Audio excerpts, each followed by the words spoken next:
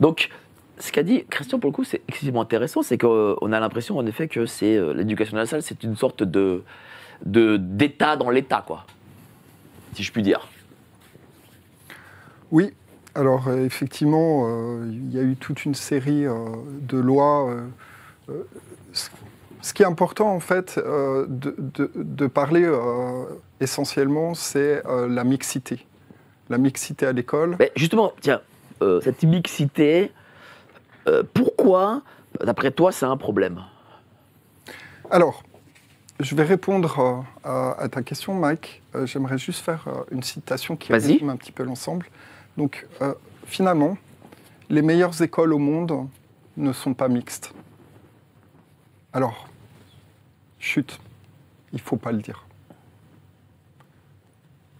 Il y a plusieurs écoles qui existent non mixtes, que la régie peut passer en images. Il y a par exemple Eton College à Windsor, que vous allez voir ici. Donc cet établissement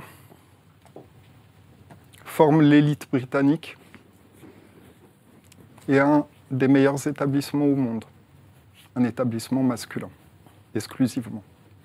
Donc ça, c'est un des plus prestigieux, Eton College à Windsor. Il y en a d'autres aux États-Unis. St. Mark's School, dans le Texas, par exemple, que vous voyez ici. Une école pour garçons. Vous pouvez voir d'autres images aussi derrière. Et puis, une autre aussi pour les filles, en Angleterre, Henrietta Barnett School, qui est aussi classée parmi les meilleures écoles, je dis bien les meilleures écoles d'État au Royaume-Uni pour les résultats aux examens. Donc, il est évident que aujourd'hui, on a basculé d'un système traditionnel où il y avait un enseignement différencié entre les garçons et les filles à une soupe où on enseigne la même chose à tout le monde. Donc en fait, ça ressemble beaucoup à la médecine allopathique, la médecine moderne, où on file des pilules à chacun, on file le même médicament à tout le monde. Alors qu'on est tous différents, on a tous une constitution différente, on a tous un système immunitaire différent, et on apporte le même produit. Alors, résultat des cours, c'est quoi? C'est qu'en ayant un système éducatif mixte, on brouille toutes les pistes. On brouille les repères, on brouille l'identité de genre, et on apporte beaucoup de confusion, et on apporte aussi un regard sexué constant, ce qui ne permet pas aux élèves de se concentrer sur l'acquisition du savoir et des connaissances. Sachant que les garçons et les filles n'ont pas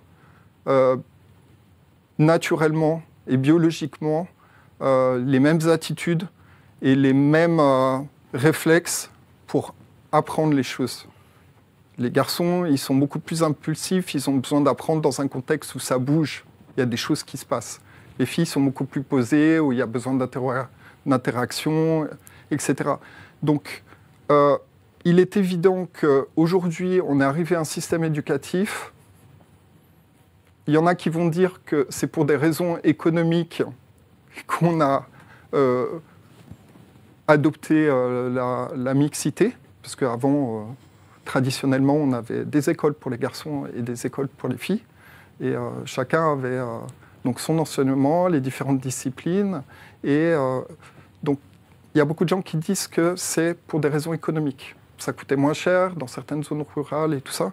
Je pense que ce n'est pas essentiellement une raison économique, mais c'est une raison idéologique. Et pour moi, cette idéologie vient de la franc-maçonnerie. D'accord ? Qu'est-ce qui te fait dire ça ? Alors, on voit qu'il y a énormément de messages qui sont véhiculés aujourd'hui, qui sont qui peuvent être perçus comme des virus idéologiques, comme le wokisme, les mouvements LGBT, le fait qu'il y a une confusion des genres, tout est inversé, un homme peut être une femme peut être un homme. Donc en fait, on est dans un brouillard complet pour faire perdre complètement les repères des enfants. Aujourd'hui, il y a des enfants qui sont mutilés à des âges alors qu'ils n'ont même pas eu la possibilité de vivre normalement. On leur impose, aux États-Unis, les mutilations avec les chirurgiens deviennent de plus en plus importantes parce que c'est un vrai business. Et je crois qu'on perd vraiment la tête, en fait. Vraiment. On perd la tête, oui. Enfin, nous, on perd la tête, certes. Enfin, les gens, c'est-à-dire la masse, perd la tête. Mais ceux qui nous dirigent, eux, ils ne perdent pas la tête. Parce que l'inversion des valeurs, c'est le projet. Oui, alors, l'inversion des valeurs, effectivement, c'est l'agenda.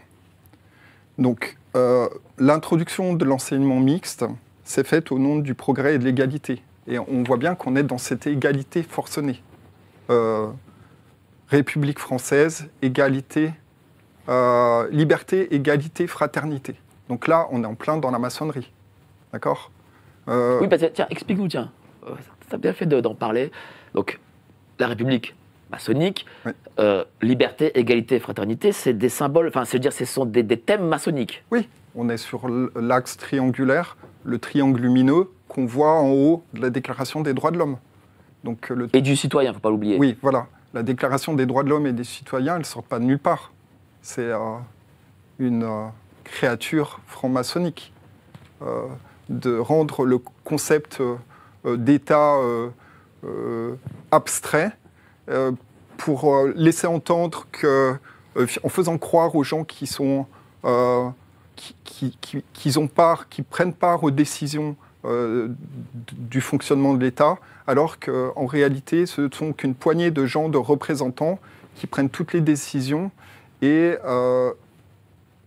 finalement, les Français sont à l'état d'esclaves et ils doivent simplement obéir à ces décisions. Voilà un petit peu le sous-jacent qu'il y a derrière le sujet. Pardon, monsieur, je suis confus, j'ai garé mon briquet. On a aussi tendance à jouer avec le feu. Google, qui est une création de la CIA. L'équipe de Géopolitique Profonde vous donne le meilleur de l'actualité brûlante. Mais en échange, on veut un geste de votre part. Merci de ce geste d'amour, on vous le rendra. Ravi.